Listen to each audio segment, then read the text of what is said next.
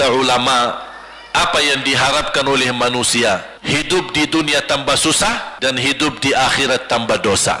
Betul? Itulah kita dapat dengan salawat kepada Nabi Muhammad SAW. Berdoa, ketika anda berdoa, contohnya seperti ini. Setiap anda berdoa, biasa mulai dalam bismillah dan memuji Allah Subhanahu wa ta'ala. Cukup satu kata memuji Allah dalam segala pujian, alhamdulillahi rabbil alamin. Segala puji bagi Allah. Ini mewakili semua pujian yang lain. Asmaul husna, segala sifat agung, segala kemuliaan diwakili oleh satu kata, alhamdulillahi rabbil alamin. Kata sederhana, kata tidak terlalu panjang, tapi maknanya sangat luas. Oleh karena itu boleh diulangi berkali-kali, alhamdulillahi rabbil alamin, alhamdulillah, sambil benar-benar merasa di hati. Karena ini ucapan mewakili segala pujian yang kita ingin sampaikan kepada Allah. Karena ada pujian yang kita ingat, ada pujian kata-kata yang kita tidak hafal, dan alhamdulillahi rabbil alamin mewakili segala pujian kepada Allah Subhanahu wa ta'ala. Kemudian bersalawat, Allahumma salli ala Muhammadin wa ala ali Muhammad kama sallaita ala Ibrahim wa ala ali Ibrahim innaka Hamidum Majid. Silahkan doa, ya Allah ampunilah dosaku. Allahumma salli ala Muhammadin wa ala ali Muhammad. Ya Allah sembuhkan penyakitku. Allahumma salli ala Muhammadin wa ala ali Muhammad. Ya Allah berikan kepada aku anak yang salih salihah. Allahumma salli ala Muhammadin wa ala ali Muhammad. Jadi setiap langkah doa diawali dan diakhiri salawat. Faham? Subhanallah, wallahi dahsyat. Saya tidak bisa cerita apa lagi. Mau cerita apa lagi? Wallahi dahsyat. Saya tidak pernah istiqamah mengamalkan doa seperti ini.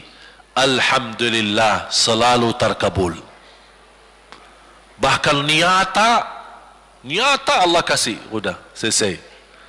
Wallahi jamaah sekalian, salawat kepada Nabi Muhammad bukan budaya, bukan kebiasaan, tapi amalan yang sangat manfaat buat keselamatan kita, kebahagiaan kita di dunia maupun di akhirat. Bahkan keselamatan buat anak kita, salawat kepada Nabi Muhammad SAW.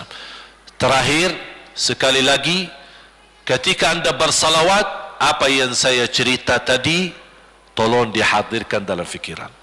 Siapa Nabi Muhammad itu? Nabi Muhammad penolong kita di hari kiamat. Nabi Muhammad yang membawa syafaat untuk kita. Nabi Muhammad yang menunggu kita di surga. Nabi Muhammad yang membela kita di saat kita berdiri di hadapan Allah. Nabi Muhammad yang akan membantu mendoakan kita saat jalan di atas sirat. Nabi Muhammad yang mendampingi kita nanti ketika kita minum dari air Al-Kautsar. Nabi Muhammad yang menemani kita masuk ke dalam surga.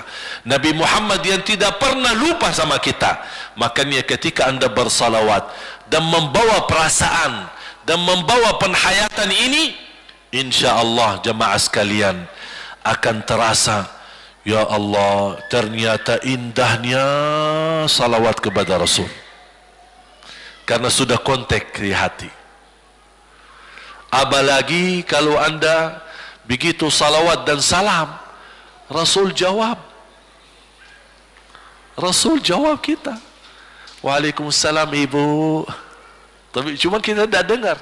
Dia dengar salawat kita, dia dengar salam kita, tapi kita tidak mendengar jawab beliau. Allahu Akbar. Wallahi kalau bisa kita rasakan, wallahi ibu bapak akan sendiri menangis tanpa merasa. Sendiri, kok tiba-tiba nangis? Kok tiba-tiba kok tidak bisa tahan diri? Karena Nabi Muhammad itulah yang semestinya sudah menguasai hati kita, sudah ada di hati kita, sudah mempenuhi rasa cinta di dalam hati kita. Makanya kata Rasulullah, tidak sempurna iman seorang sampai dia mencintaiku lebih dari ibunya, lebih dari bapaknya, lebih dari anaknya, lebih dari hartanya, bahkan lebih dari dirinya sendiri. Baru sempurna imannya. Bagaimana kita bisa mencapai kesempurnaan iman seperti ini? InsyaAllah dengan bersalawat, dengan membawa perasaan, membawa kehadiran cerita-cerita yang sama-sama kita belajari, baru akan terasa di dalam hati posisi Nabi Muhammad akan semakin besar, semakin mulia di hati kita. InsyaAllah semakin mulia di hati kita, InsyaAllah akan semakin semangat beribadah, semakin semangat mendekati, semakin semangat mempelajari, dan semakin InsyaAllah menjadi baik di mata Allah dan InsyaAllah baik di mata manusia. Amin ya Rabbal Alamin.